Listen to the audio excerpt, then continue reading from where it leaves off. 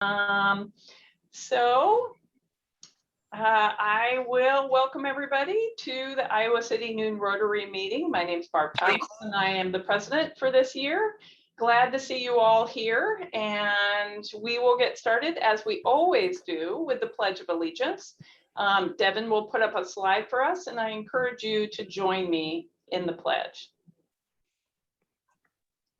I pledge allegiance to the flag of the United States of America and to the republic for which it stands, one nation, under God, indivisible, with liberty and justice for all. Great, thank you all. Happy Thursday, happy June 17th. And I want to just thank you all for being here and joining us once again. As we normally do, I am going to turn it over one more time to Devin for some Zoom tips. Devin?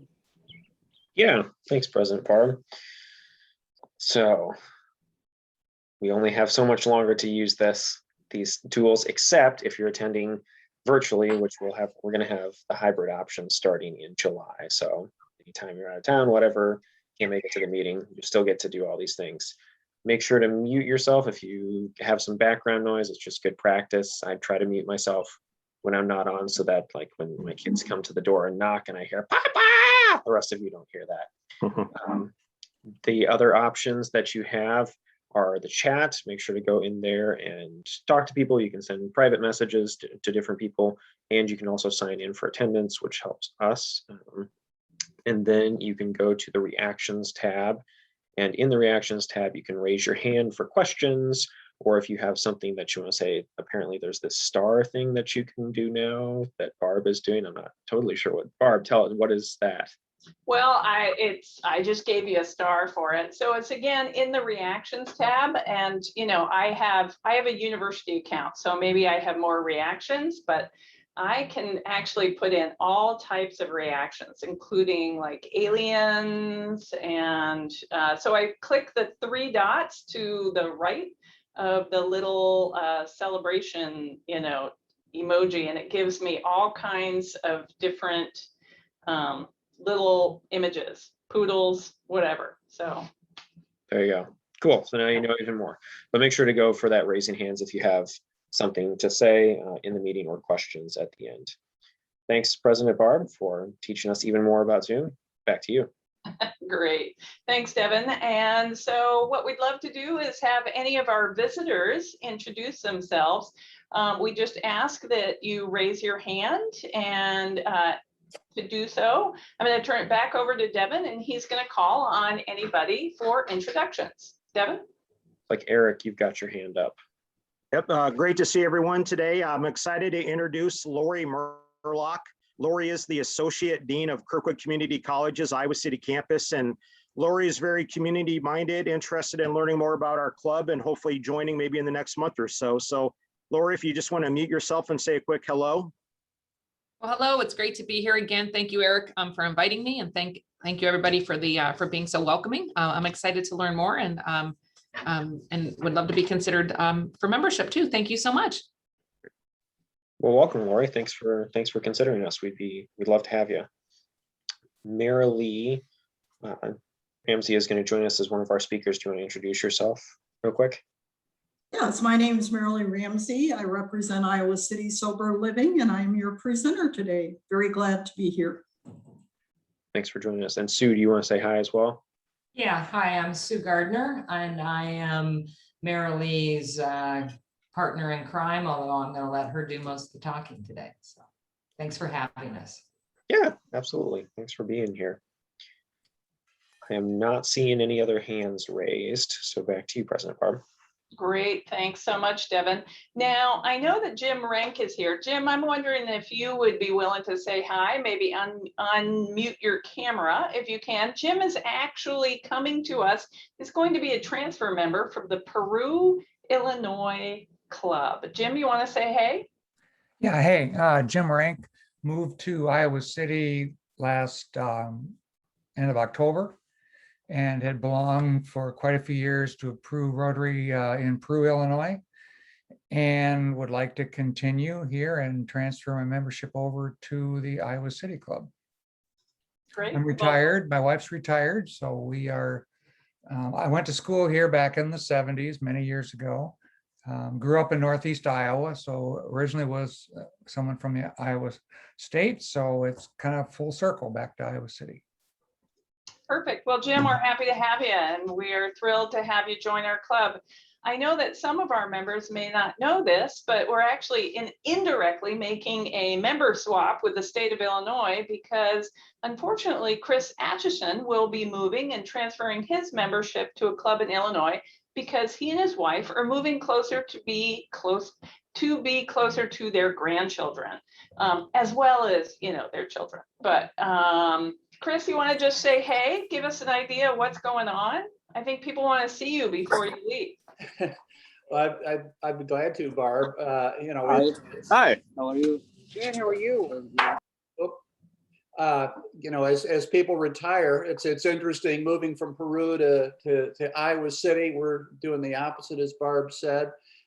Grandchildren, 13 and 9. So, you know, 2 girls are right at an age where you kind of want to see them take that next step in their life. And my wife and I got married in Springfield, so we have a lot of old friends, as we do here. You know, I hate, Eric, that I'm going to miss having your presidency to succeed Barb. I think the club's in wonderful hands with you guys, and hopefully we get back. Our 2 kids graduated from Iowa. Our granddaughters want to go to Iowa, so I know we'll be back and forth. So thanks, Barb.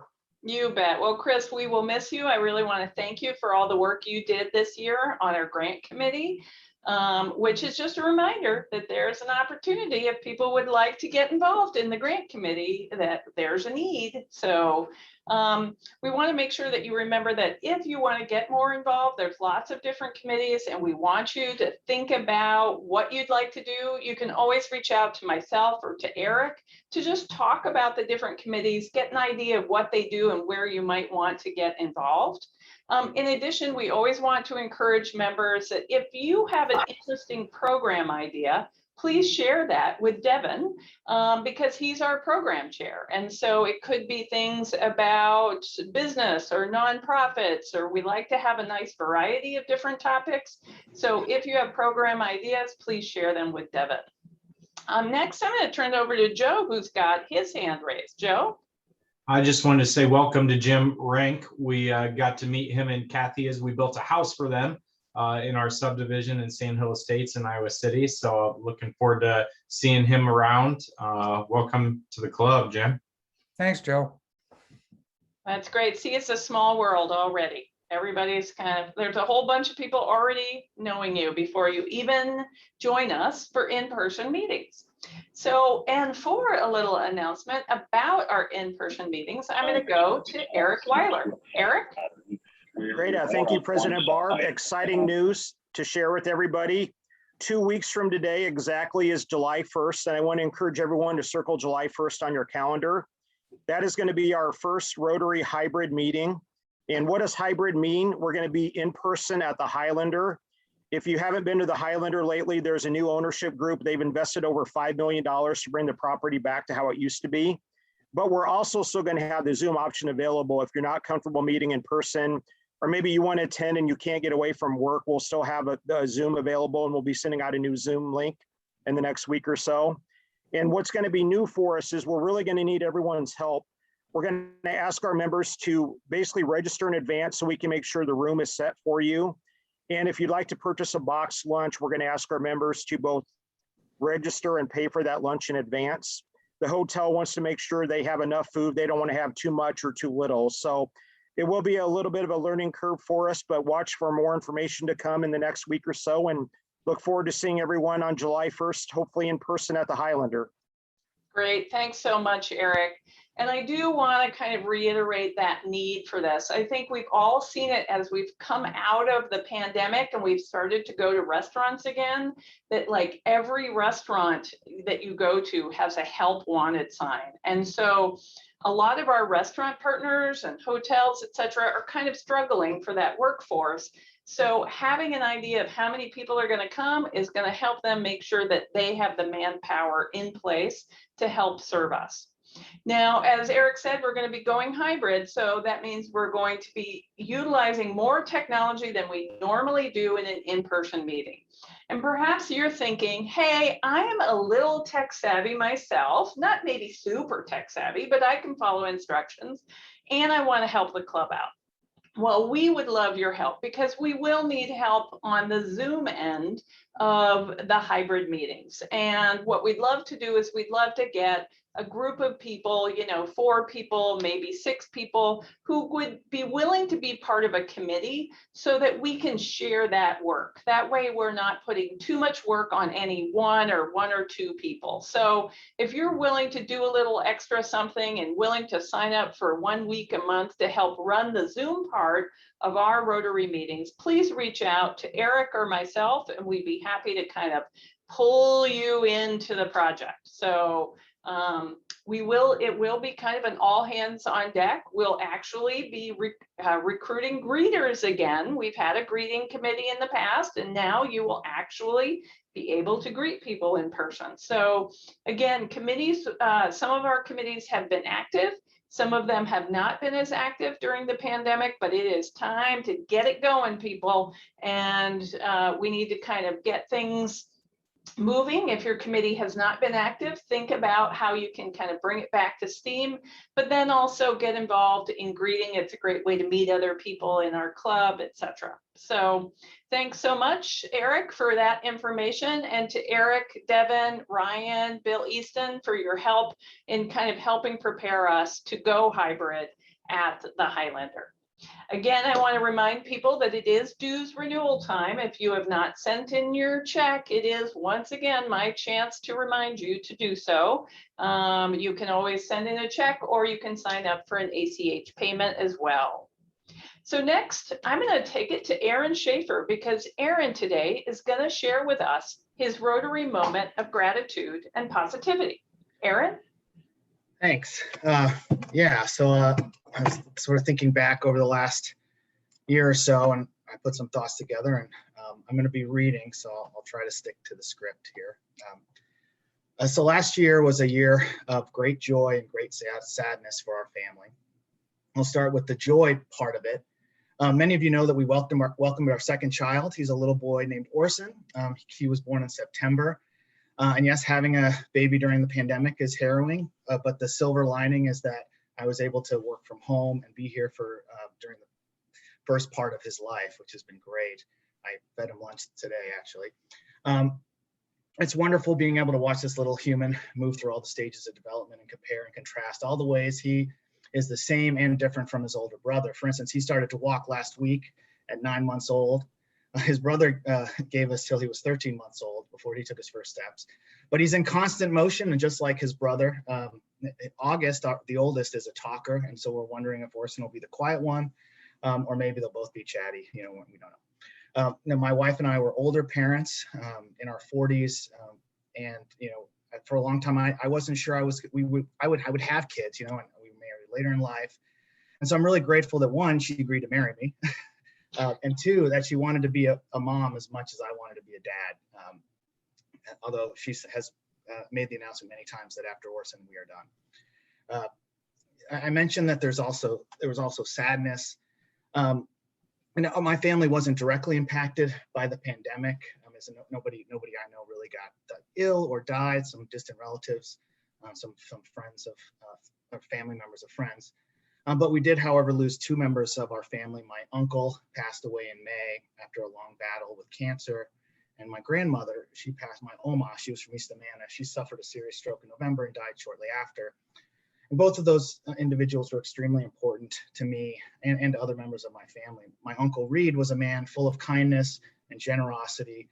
And I was a recipient of those on both of those, and he can be credited for influencing my musical tastes. Barb, all of my John Prine records came from him, for example. I love that guy.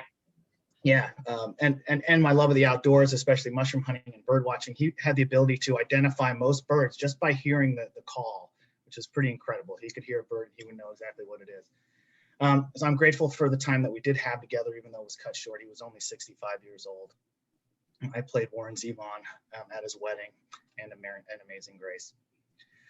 Oma, well, what can I say about her? You know, many people are close to their grandparents, but I was particularly close to mine. Growing up, I lived all across the country due to my dad's job. And until I was older, I didn't really understand how unique my childhood was. Every summer, my sister and I would spend up to 2 months living with Oma and Opa. We were their only 2 grandchildren. And Opa, they would put me to work, and they had a winery. And I also helped in the garden. And so this was our summer camp. So I guess, you know, I could say she was really a second mother to me. And so much of who I am and what I believe can be attributed, and the things I say can be attributed to her. She was 91 years old when she passed, and I was able to sit with her at hospice the night before she died. I sat there quietly because there wasn't anything I needed to say. We spent so many hours together in her kitchen, her living room, just talking, that when she died, there was really nothing left unsaid between us, which is really, really nice. So you know, we were very close. I'm grateful for the time we had together and the fact that she gave so much of her time to my sister and me every summer and in the years that followed. All right, now this is the best part of the story. Oma and Reed lived in East Amana, Iowa, in the house where I spent those summers. And it's in the house where my dad grew up and where his dad grew up. In fact, there's been a Schaefer in that house since 1911. I have a picture of it. There you go. It's empty now, but not for long. Oma had long hoped that it would stay in the family, Opa as well, and it's it's practically a member of the family. So after conversations with family and learning that there's lots of young families in East Amana, Shane and I decided that we're going to move our family and carry on the tradition, and so we're planning to move there. So there's some work to do, including furniture to move and renovations to complete, but hopefully by this time next year, I will be raising my 2 boys in the same house that Oma raised her 2 boys. The sorting and dividing is underway, and plans for renovation is nearly complete. Early in the process, as I was going through some of the tubs and the boxes, I came across a box of papers from when I attended the University of Georgia before I transferred to Iowa. I was 19 or 20, and I thought I'd read just a little bit of it to you. It says, so far in my life, I have lived in 4 different regions across the country, and I've been given the opportunity to meet and interact with many different types of people. Among these is a place I long to live my life, raise my family, and develop my career. Nestled in the Iowa River Valley is a small community called the Amana Colonies. The Amana Colonies is most famous for producing microwave ovens at their main refrigeration. However, the refrigeration is no way demonstrative of Amana or its people. The community is unique and has unique German heritage. My heritage, that is of Amana descent. Ever since I was a child and first left Amana, I'd returned nearly every summer to work with my family. As soon as I graduate, I plan to return and hopefully use my education to secure myself a job somewhere within the community. Anyway, the last part I'm going to read. It says, there are many things I do not yet understand about society, humanity, even myself. So far, I've spent my college career having fun, being selfish, and ignoring what is really important. To me, the most important thing to do with your life is to give. Giving is the only thing I have found that gives myself and others genuine happiness. Money brings security, yes, but there's no amount of money comparable to the expression on a 13-year-old's face when you take time to take him fishing. And there's no job more rewarding than the one which you can help strengthen and preserve community, where family and community is the most important. I hope to find love, get married, and raise a family, and I hope to do these things nestled in the Iowa River Valley of the Amana Colonies. That was sort of prophetic, right? As I was reading that, it said, Oma always said that this too shall pass in regards to tough times, and she was right. And though the sadness of her and Reed's death will linger, it will slowly be replaced by joy as I watch my boys grow up in the home where we spent so much time together and have so many happy memories, with so many more to come. There's so much to be thankful for. I'm grateful that this opportunity could exist for me at all, and I'm extremely grateful that Shana is as excited to move as I am. I feel incredibly lucky and pinch myself every day. It seems that everything I dreamed for myself more than 20 years ago has come true. I found love, built a family, and have a career so I can live in the Amana Colonies. And if I'm being honest, even though I put it in words when I was 19 years old, I really did not expect that this would ever happen to me. And it's a dream come true. And I've been given so much, really, and I can't believe how great my life has turned out. So there's my moment of gratitude for you all. Oh, that's wonderful, Aaron. And it is great to think about how life is kind of coming full circle for you, and how here you are, you're going to be able to raise your family in the Amanas, and then your Oma has got to be very proud of you, looking down from you from heaven, and just proud of everything you've done, and that you're taking that step with your family. And another little Rotary connection. Today, August and I are actually going out there. We're going to spend the night, and we're going to plant some trees because she lost all of the trees during the derecho. So they've all been torn down with just, the stumps have been ground everywhere. So we have 3 brand new trees that we're going to plant at the East Amana House this afternoon or tomorrow morning. So just like Rotary planting trees. So we're going to do our part as well. Well, that's great. That is great. And your son will remember that. He will, very much remember planting those trees. And next time we do a tree planting, which we're hoping to do 2 of them this coming year, you should bring him along now that he'll be an expert at planting trees. So, well, thank you for sharing your Rotary moment. I want to remind anyone that if you would like to share your Rotary moment of gratitude and positivity, please reach out to Eric because he is actually scheduling those into the next Rotary year. And we'd love to hear your reflections on what makes you grateful, what keeps you positive in this kind of crazy world that we're living in today. So thanks again, Aaron. And next we will actually move on to our program. I'm going to turn it over to Devin for our introduction. Devin? Yeah, thanks, President Barb. So sometimes I get great suggestions for programs from all of you. Sometimes I hear about things and go after them. And sometimes we get an email from different people or recommendations or an ask. And Sue and Merrilee reached out and asked if they could present to our club. And I thought it was a great program. There are 3 things that I generally think about in terms of what makes a good program. 1 is that it fits with the ideals of Rotary, and I think you'll see that. 2, that it's timely, that it's something that's going to happen or something that we'd all want to know about, and this is pretty timely. And then 3, that there's a call to action, and obviously all of us have all sorts of things to do and philanthropic priorities, all of that. But it's not an ask or anything, but it's a way if this is something that calls to you, some sort of action that you could take. And this program definitely fit all 3 bills, as Sue and Merrilee and I were talking about it. They'll introduce themselves much better than I could, but I just want to let you know that this is a program that I've been looking forward to for a while, and we're really glad that you 2 are here. And take it away, please.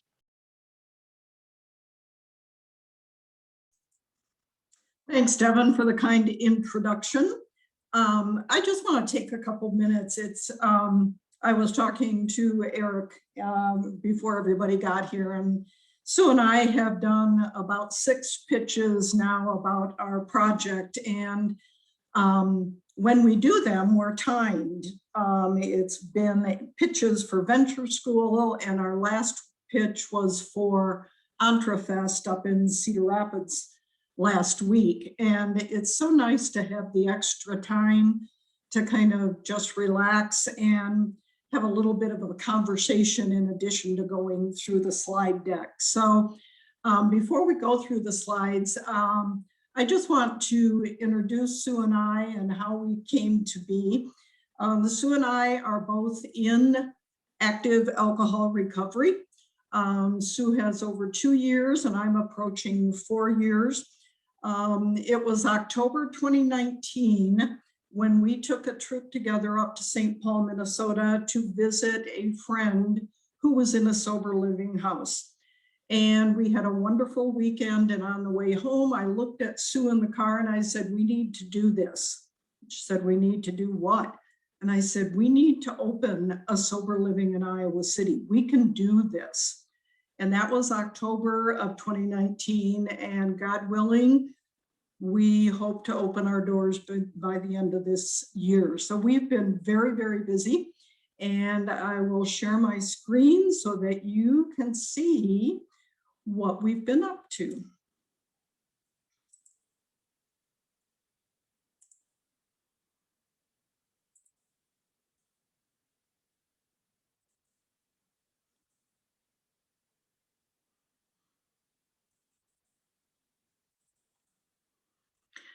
Okay, can everybody hear me and everybody see everything okay? Okay, I see some nods. Yeah. So we are Iowa City Sober Living. We recently changed our name from Serenity House, and we'll explain that down the road. We are co-founders, and our start is always a little story about Chloe. Chloe is an alcoholic. She is one of 6,000 plus women admitted to alcohol rehab every year in Iowa alone. The tragedy is that 80% of individuals that are admitted to alcohol rehab relapse within 90 days of discharge. Now, this is not any fault of our rehab centers. They place the groundwork, but 30 days is just not enough time. Chloe is being discharged from rehab tomorrow. We know that alcoholism is a progressive disease that does not just go away after 30 days of rehab. The pain, the fear, the loneliness seems to go on forever. Chloe is hanging on one day at a time, but she doesn't know for how long. Oh, sorry, I lost my, there we go. Chloe needs Iowa City Sober Living. Our project, Iowa City Sober Living, is a safe and sober haven for women in early recovery, a home where healing of mind and body continues.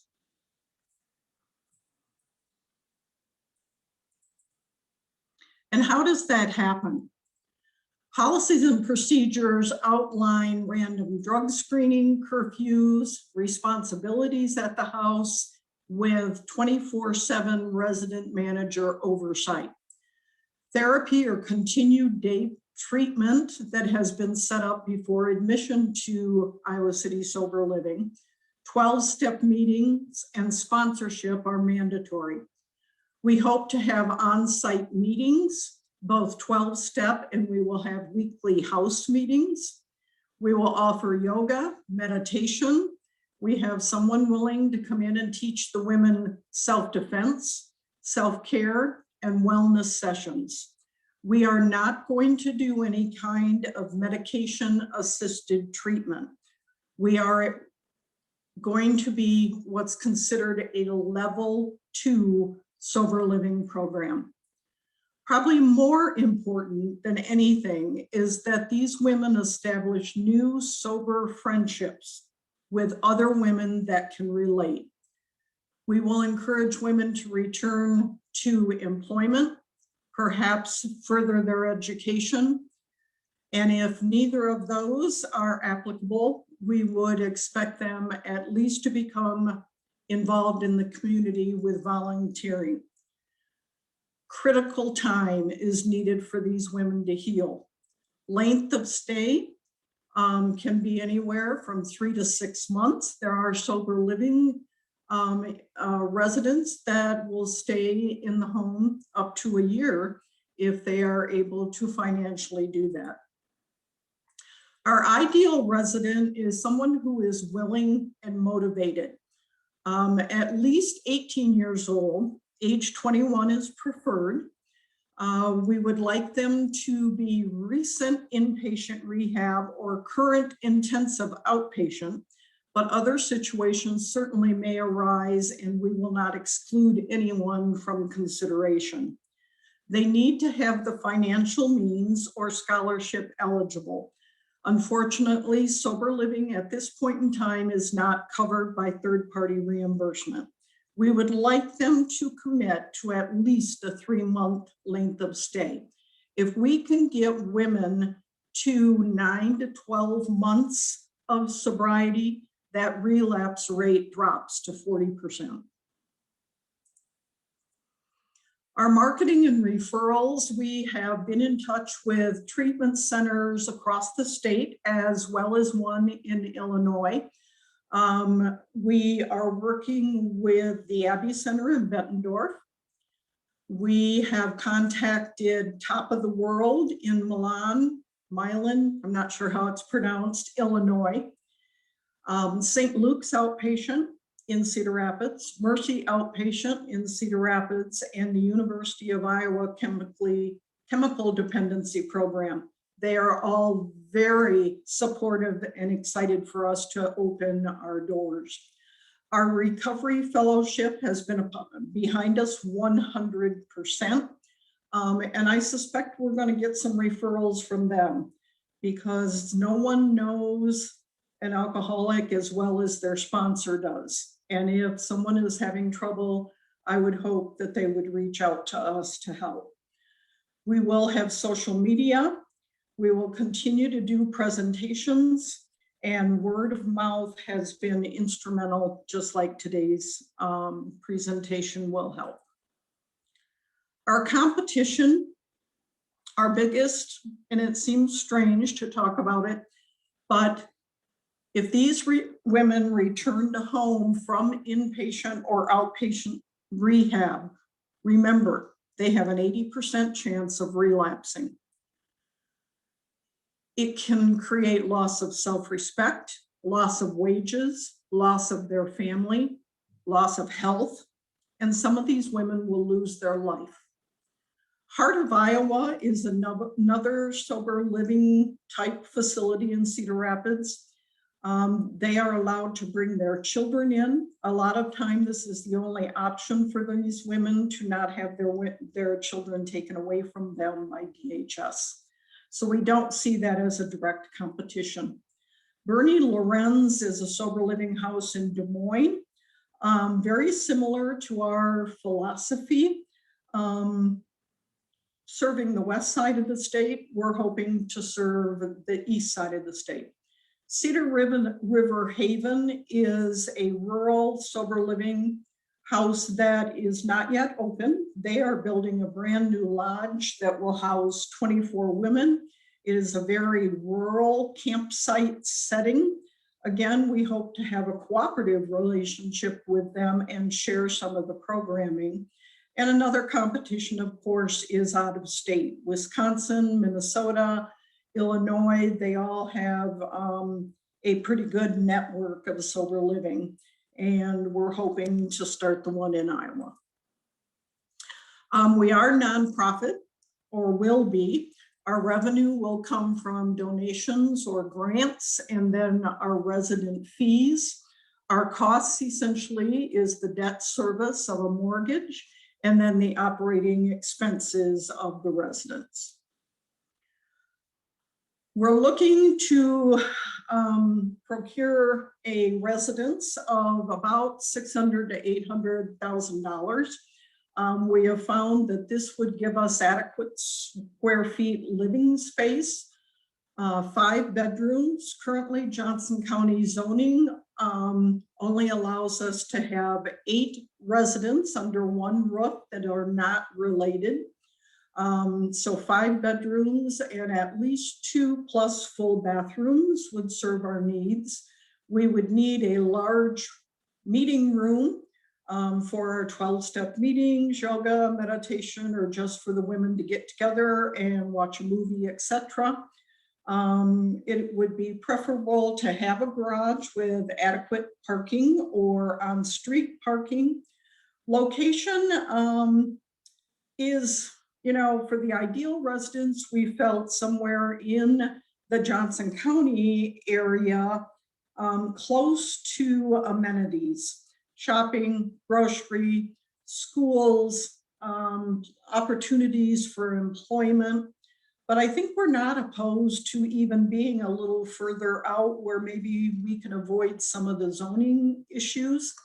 Most of all, our resident needs to be safe and secure, and it needs to be home-like. It needs to really represent somewhere where these women feel loved and supported. Our financials, if we are looking at conservatively an 85% occupancy at an average of $850 per month income, that would give us a little over $60,000 a year. Based on a $650,000 house and mortgage with 25% down, our expenses would be over 67. So it's pretty easy to see that we're not obtaining a profit. And that is not our purpose. This project for Sue and I is a project of love and giving back to the community and to our fellowship, which was so freely given to us. Our startup costs for down payment, furnishings, and opening our doors and getting the first 6 months of women in the door will average about $250,000. So far, we have raised $24,000 approximately. Sue and I will be donating $10,000 each. And then we have raised some money with our pitches. And that money has pretty much already been earmarked for legal fees with getting our nonprofit up and running, web design, CPA fees for filing our 501, and the rest of that money will be used to start our fundraising once our 501 is approved. So to summarize, our funds needed minimum to open the doors is about 250 grand. And then our ongoing fundraising will be 50,000 plus for a prudent reserve, as well as the scholarship funds that we are planning to have. So what have we done so far? We continue to talk to people and do customer discovery. We've rebranded our name to more clearly determine or I guess identify who we are and what we do. We have established major partnerships with an attorney, a CPA that handles primarily non-profit organizations. We have a realtor. We have a lender. We have specified our ideal residents. We have verified the regulatory and zoning codes that we will have to adhere to and work around. We have applied for our nonprofit status, which should have been filed today, and then we can move along with our 501. We have created a superb board of directors. We are very, very pleased with the people that have agreed to be on our board. We want 7 members initially, and currently we have 6, so we do have 1 opening on our board of directors.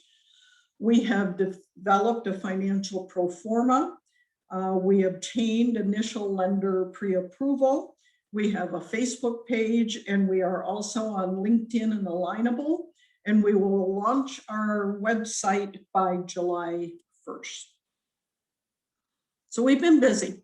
We also attended venture school and graduated, coming second in our cohort and earning $800 at that. So what do we need to do? What are our goals?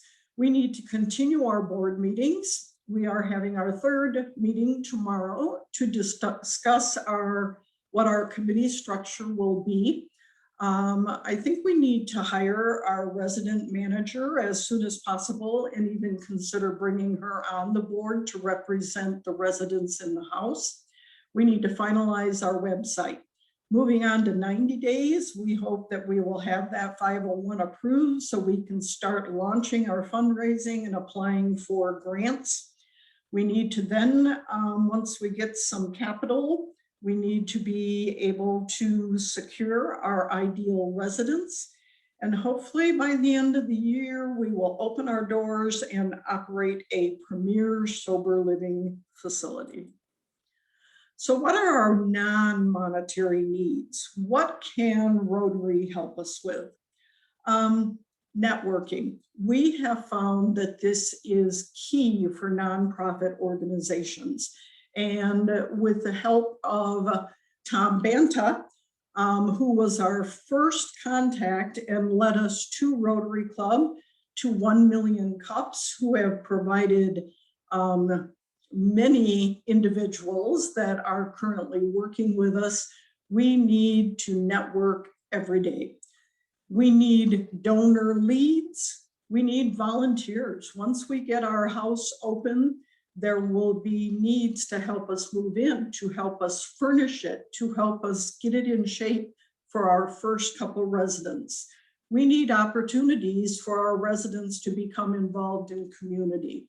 Unfortunately, And we need word of mouth support. We need advocates. Unfortunately, sober living in the past has gotten some bad raps. There have been some sober living homes that have opened that have not really adhered to any specific criteria, have actually distributed drugs through their house.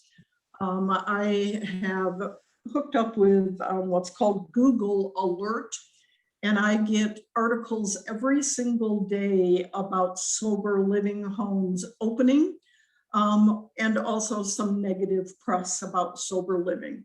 We are not going to be one of those houses. We are going to operate with integrity. There is a national organization that credentials sober living homes. That has to be done through the state. They align with the state, and then we are credentialed through them. Unfortunately, Iowa is not one of the states that do that. So that may be something down the road that we can proceed with to make sure that any further sober living that is opened in Iowa does so with integrity. I think that might be, yes, that's my last slide. So we have plenty of time. It is 1:45. I would entertain any questions about any of the slides. I think Sue will be with us for a little bit before she heads back to her class, and appreciate any feedback, and thank you so much for letting us share our story. You bet. Thank you, Merrilee. Good We job, appreciate Marilyn. you taking the time to do so.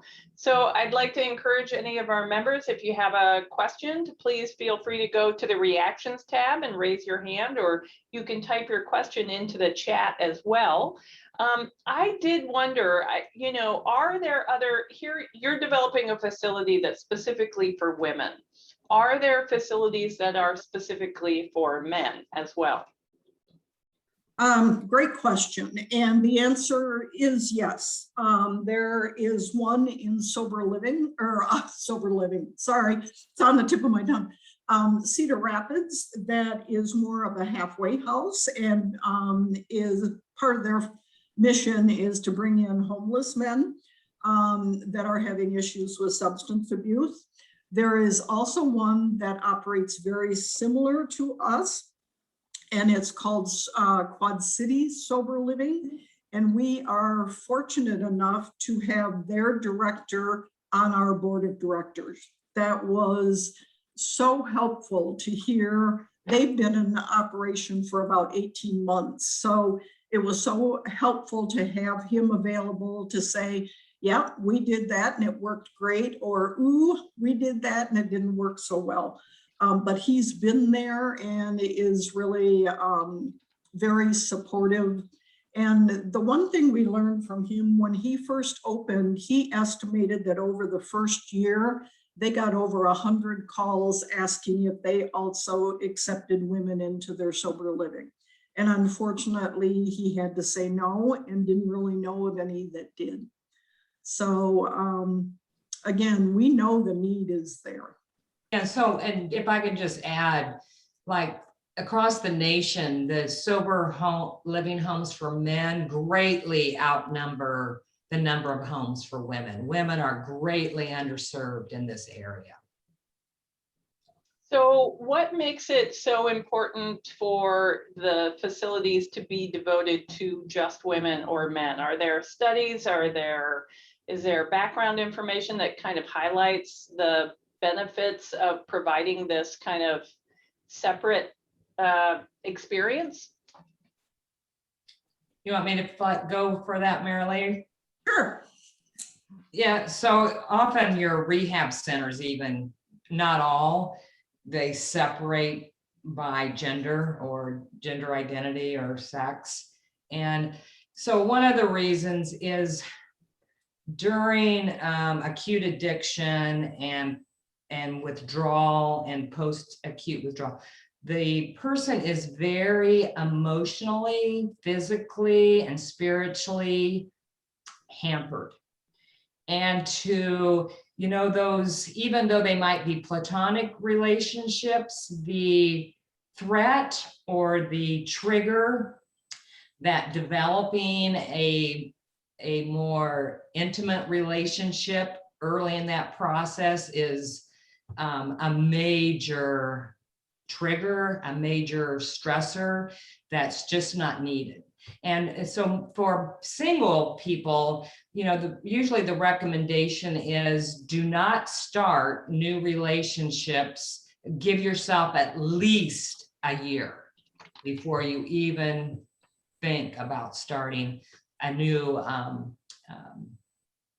relationship with, yeah, someone of the opposite sex or partner like that. And it would just seem that, you know, kind of eliminating that chemistry, that nervousness, that trigger, as you mentioned, is probably a good step to kind of simplify things. Oh, yeah. You know, there's too much healing that needs to be done before you can even go there. So that's the reason. Mhm. There may be other. There are sober living homes that do have men and women. The one in Milan, top of the world, has both sexes there, but it is an extremely large facility. And so they are able to separate a little better than what we would be able to do under a residential house. So. Got it. So we do have a question from the chat, which is, what is the estimated cost per month for each resident? The rent right now, we put together a 3-tiered system when we did our pro forma. And you can see by our financials that rent at $850 a month still does not cover our expenses. So we may need to go a little higher. The $850 does cover their utilities, their Wi-Fi, their cable. They're responsible for groceries and any personal items, clothing, gas in their car if they bring one. So I think probably all total, if you would to round it up, it costs probably about $1,000 a month per person. Gotcha. Okay, thank you. Just wondering, are there any other questions that anybody else has? I know that you said that you're in the process of developing your tax exempt status, correct? Correct. And then once you have that, are you then able to, you know, apply for more grants and other things like that? Yes. Yes. Right. Before we can apply for even local grants or even state or federal grants, you have to have the 501(c)(3). It can't be pending. It has to be. So that's our plan. Once that's done, and then we'll start applying for grants. Yeah. Great. It looks like we have a question from Devin. Yeah, so you were talking about the Cedar Valley facility, and then the one in the Quad Cities opened up 18 months ago, and the Cedar Valley one's just about to open up. Is that because people have like suddenly found a heart for this work, or there's suddenly a higher need, or is there a high turnover in like this industry? What's your sense of this? Because it sounds like you two, like that's very, like it was a very organic process. You didn't sit down with, oh, here's a map and here are the people that need this. It was a very organic sort of thing. But do you know kind of the origin for those other two? Probably the same. So, you know, one thing that we have to stress is that the availability for women in Iowa is very limited. So the one at Cedar River, the one down in Lutz, Iowa, is being developed by someone who's also in recovery, who's very passionate about that. That will be a very different kind of setting, more of a park-like retreat type setting. And so we very much see that where our facility will be, all right, people will return to their jobs at least part-time. We don't encourage people to storm right back into full-time if they don't have to.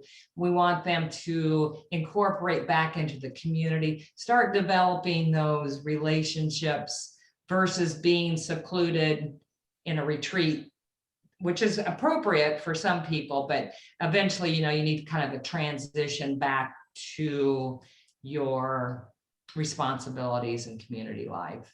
The other one you were talking about in Quad Cities, that's for men. That one. Was there Yeah, but another one? it's pretty fresh though. Like these are Oh, all that's- within the last couple of years. Oh, yeah. It's why now, I guess is my question.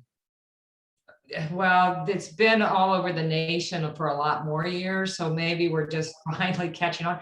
So for Merrilee and I personally, it tripped it off with that trip last fall. We went to see a friend of mine in a sober living home in St. Paul. But for me personally, it's exactly what I needed when I got out, and I've spent 3 months at a rehab facility. I couldn't go back to my home, too much emotional baggage there. And I needed I had a lot of emotional, I was going through a divorce, and, I was going through a whole lot of, and I really needed that support, looked for it, nothing available. Fortunate for me, I had colleagues who took me under their wing, let me live in their basements, and kept me protected for over 1.5 years. And so that's my impetus. And Merrilee, we can tell them you're my sponsor, right, Merrilee? And so she was right there with me the whole time. And so, both of us really recognized, this is a need. And I could have, I had the financial means to pay for it. It just wasn't available. So that does lead to another question that's in the chat, which is about how do the residents get the money for rent? So some of them have been employed. I would imagine you're getting people from kind of a variety of different economic situations. Right. And so, yes, some people have the means, because, the thing I think we have to, sometimes our stereotypes get in the way, and you really have to realize that this problem affects people across all socioeconomic status. And not everybody who has this problem is having problems with the law or, is facing jail or, but you're right, you have the spectrum. And so there would be people with financial means, and Merrilee mentioned the scholarships. So one idea would be to raise money to have that pot of funds. So when we do have the woman who needs us but can't afford us, we would be able to supplement her fees. Obviously we can't do that for everybody and make this go, or it just, from a business point of view, it won't work. Right. But certainly, a certain number of beds in the home could be we use scholarship funds for those. So, Well, I think, go ahead, Merrilee. I think one of our fundraising campaigns that we would like to talk about in our board meetings, or will talk about in our board meetings, is to sponsor a woman. Sponsor a woman back to sobriety. Mm-hmm. Whether it's sponsoring them for a month or sponsoring them for their entire stay, that you can be a part of rebuilding their life. And I think that will go a long way for people that maybe have lost somebody to addiction. Alcoholism is a fatal disease. And I don't think a lot of people understand how damaging alcohol is to us. Not only, most of us think about the mental changes of the alcoholic, but we are finding that the gap between men and women alcoholics is closing. It used to be 70% men, 30% women. It's about 55, 45. And we're finding that women alcoholics get sicker quicker, and that they have a higher incidence of chronic liver failure due to their alcoholism. So, there's kind of a new breed, so to speak, of alcoholics that are surfacing. And a statistic that I found in my reading that I found absolutely amazing.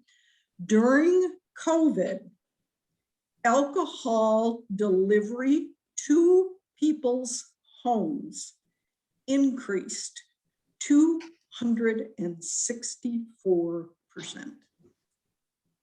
Wow.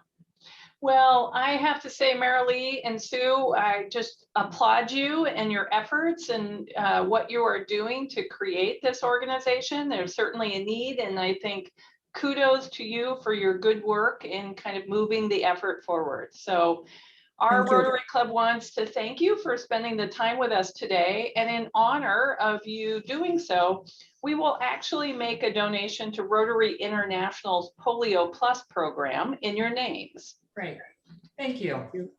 Thanks for having us. Appreciate You it. bet. We're happy to do it. Those donations will actually be matched 2-to-1 by the Bill and Melinda Gates Foundation. And so all told, those will provide 70 vaccinations Oh, nice. to others. Great. Yes. Perfect. So I want to remind everybody to make sure you join us next week. So next week we will have a goat rider, everybody. So come on back so that you can hear from Jeffrey Dancer. So we will have a goat rider next week.